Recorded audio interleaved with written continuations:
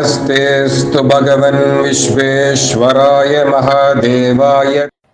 Sage Vyasa looked at Sage Sanat Kumara and asked, Tapajnani, you said Lord Shiva asked Parasuram to do Tula Purishdan. Parasuram is a pure soul. Why he had to do penance and why Lord Shiva should advise him about this vrata? Please tell about that. Sage Sanat Kumara began to tell. Vyasa, as you wish, I will tell you about the birth of the Shiva devotee Parasuram, the way he got his energy, and the reason for which he did Tula Purishdan. Here, once upon a time, there was a king by the name Kushika. He was a Dharmavan. He wanted a mighty strong son, so he did severe penance. He had the darshan of Indra. He got Indra himself as his son. That child got the name Kadi. That Kadi grew up and got married. He got a daughter in the name Satyavati. Sage Richika married Satyavati. Sage Richika conducted a yagna to develop Kadiraja's family lineage. Two prasada came out of that yagna. He took one particular prasada and gave it to Satyavati, asking her to give it to her mother. If her mother eats that prasada, she will get a Kshatriya Sreshta, a son who cannot be won by anybody. Another prasada, if Satyavati eats, she will get a son like father, sage Richika himself, who will excel in Brahmana Dharma.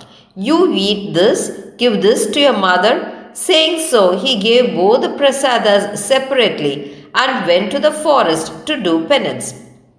That time, Sage Richika's father-in-law, Kadiraja, and his wife came to Sage Richika's ashram.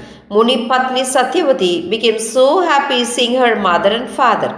She welcomed them. She gave both the prasadas to her mother and said her what Sage explained to her.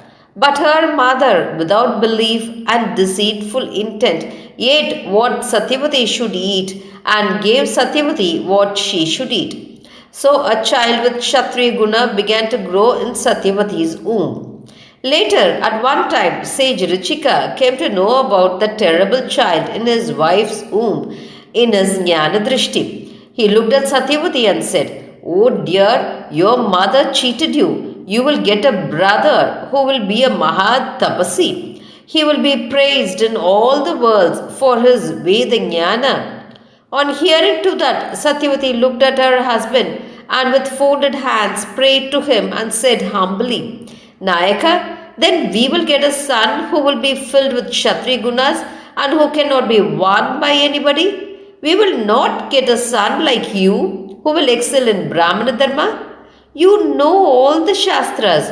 What you see is not right, she said. For that he replied, Oh dear, I am not saying so. It is your mother who did like that.